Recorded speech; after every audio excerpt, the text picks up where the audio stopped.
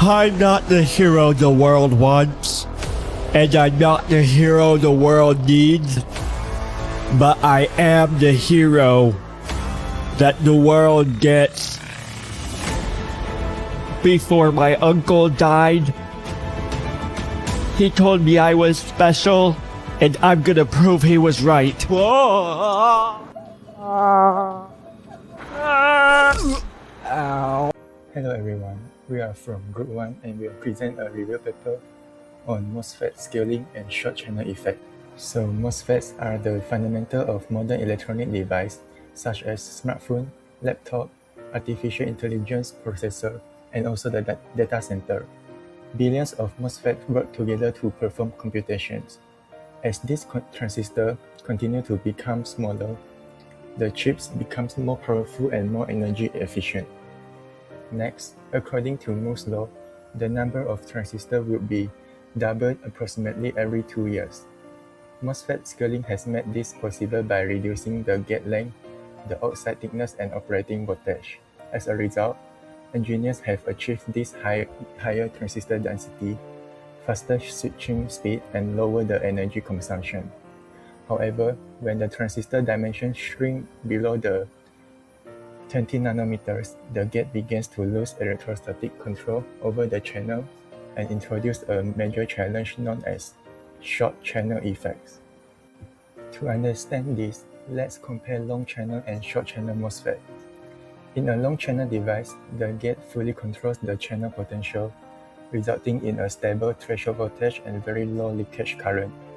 In a short channel device, the depletion region overlaps and the drain electric field penetrates into the channel region, which will weakening the gate's control, and this will cause the threshold voltage reduction and increase the leakage current.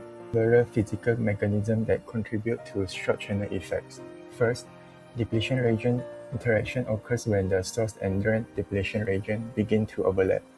Second, the drain-induced barrier lowering, or DIBL, reduce the energy barrier at the source channel junction, which will increasing the leakage current.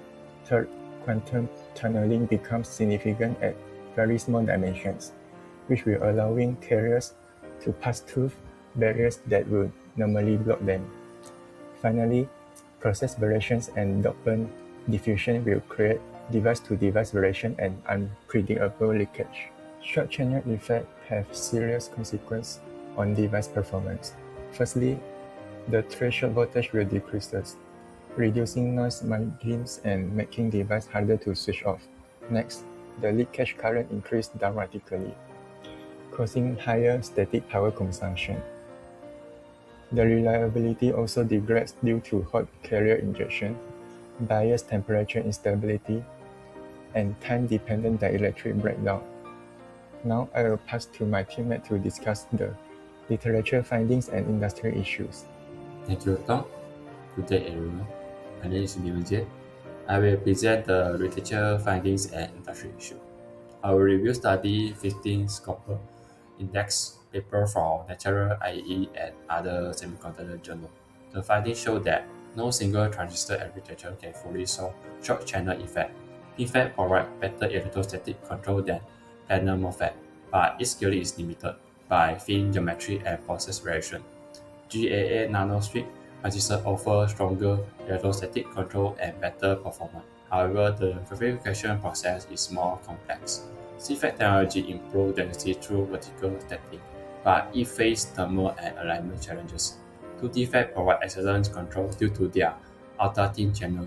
However, contact resistance and manufacturing remain major challenges. Moving to research finding, future scaling is just no longer about shrinking transistors. It also requires new structural and new material. Studies show that GAA perform better than FinFET in controlling short channel effect, but this comes with high fabrication capacity. Reliability issues also become more serious in advanced devices, such as cell heatings and device dedications. Research also highlight strong potential in 2D semiconductor material, but these are still not ready for mass production. Now, the industry challenges. The first issue is leakage current. It increases as device shrink, leading to higher power consumption. The second issue is cell heating. Heat build-up in advanced structural and affect performance. The third issue is contact resistance. It becomes harder for current to flow efficiently at smaller size.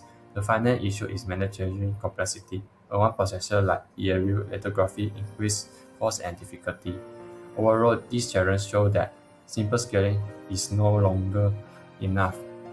Future process need a new architectures, materials, and manufacturing innovation. That's all from me. Thank you. I will now hand over to our next speaker, Sen Kai. Thank you, Speaker 2.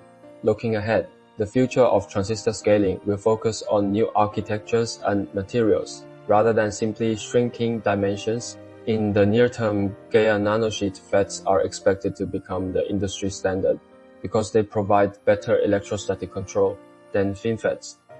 In the midterm, CFETs and monolithic 3D integration will enable higher transistor density through vertical stacking. In the long term, 2D semiconductor materials such as MOSFET and WS2 may allow further scaling beyond current limits. In conclusion, short channel effects are the biggest challenge in nanoscale MOSFETs. Problems such as debug, threshold voltage roll-off, and leakage current limit device performance as transistors continue to shrink. Although traditional scaling is reaching its limits, innovations such as GAA transistors, 3D architectures, and tooled materials will continue driving semiconductor technology forward. Thank you for your attention. Hey, hey, hey,